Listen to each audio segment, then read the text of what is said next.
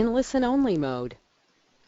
Hi everyone, thank you for joining us for our first webinar for the annual program plan and statistics online recording tool and the Northern Community and School Recreation Coordinator program. So this is kind of our first attempt of an online webinar, hopefully something we will do more frequently in the future.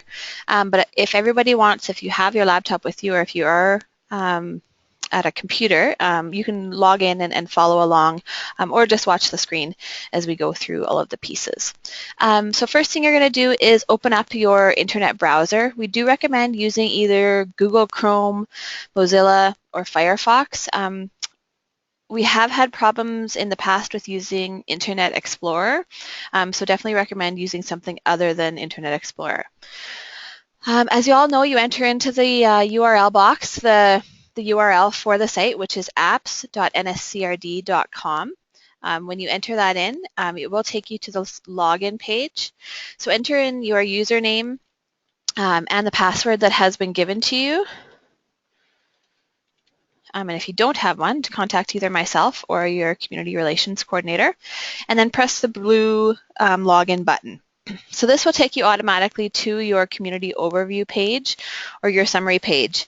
And this page shows you kind of a summary of all the programs and stats that you have entered in for a specific program year.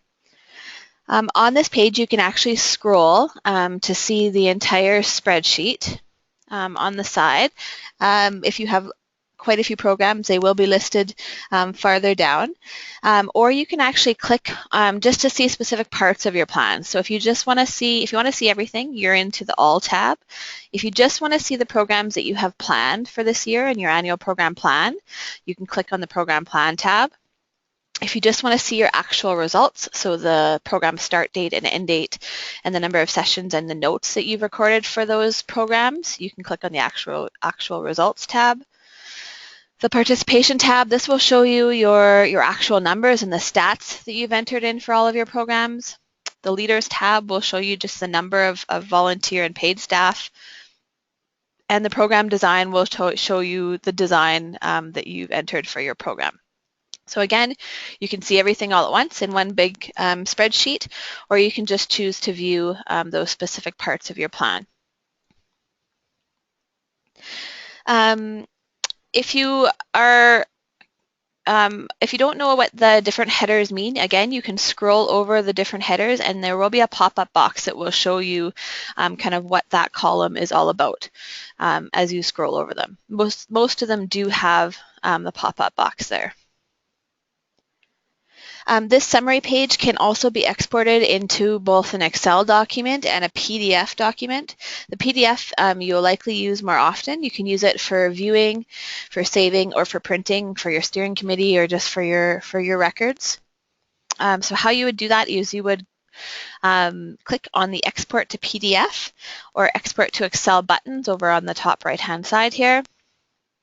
And when you do that, a PDF document will appear. For the information that you've, or for the program year that you have selected. It'll show you in a bit more of a condensed version this time and a bit of a smaller table, but it'll show you, it'll print out your program plan and then all of the subsequent tabs that we reviewed earlier. So it'll do your actual results, your program stats, your program leaders, and your program design. And at the very end of that page, we'll always print now an approval form. So this form should be submitted for the respective reporting deadlines for your annual program plan and your stats.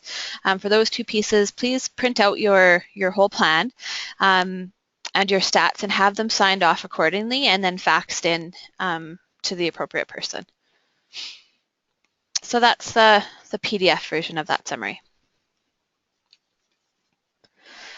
Also on this page, just want to bring your attention to the different filters that you can use to go and scroll through or scroll through basically all of your data. So at the top here, you'll notice that we're in the programming year 2014-2015, and this part's really important because you want to make sure that you're entering in planning information and stats information in the right program year. So if you would want to switch to a different program year, so if you want to switch to 2015-2016, which starts on September 1st of 2015, you would just click the appropriate year and then you would press filter. Okay, you'll see I don't have a whole lot of programs entered into this test site, but that's how you would do that. And then to change back to where you were, you would just click the gray reset button. If you also want to view just planning information that you have for a specific time of year, so say you just want to show the programs that occurred, say in January, you can also click the month and the actual dates of the information that you'd like to view. So say I want to see all of the data that's been entered from January 1st to January 31st, and then I would click the filter button. And again, it would show me the programs because all of the programs that I have listed here are in the month of January. There is also a data filters box. So this is your data filters. You can either click this arrow over here, or you can click on the actual name, data filters.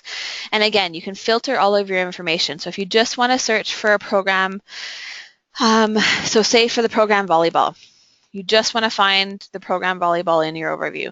You can enter the name volleyball into your program and you can click the green button filter. And you'll notice on my screen, just volleyball shows up onto my overview screen. If I want to go back to normal, I just go back into my data filters and I click reset.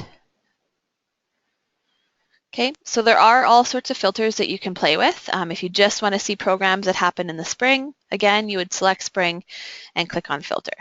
If you just wanted to see programs that were in the month of March, again, just click March, and so forth and so on with all the different categories that are listed into your filters here. This might come in handy that say if you were having a steering committee meeting and you really only wanted to show the programs for the upcoming summer, you might go in and select all the summer programs and do some summer planning and description of the programs that you have planned in there. Also, you can sort the information that's on your overview, and how you would do that is by pressing the little arrows beside the headers on these columns. So say right now you wanted to sort by scope. So say you wanted all of the special events or all the ongoing programs on top. For some reason, you can just click the arrows and you would click it until it shows how you want them sorted. So you see there, it took me 2 clicks to get the ongoing programs all listed on top. Again, say if you want to sort by partners, okay, it took me 1 click to get all of the none, all the programs that I don't have any partners on to show on top. And now once you've sorted, you can see these show in blue to show that that's how the whole table is sorted by. To reset that just back to the original default setting, you would just go to the reset column sorting function over here on the left-hand side. And click the arrows and it goes back to how it was. So that's filtering and sorting.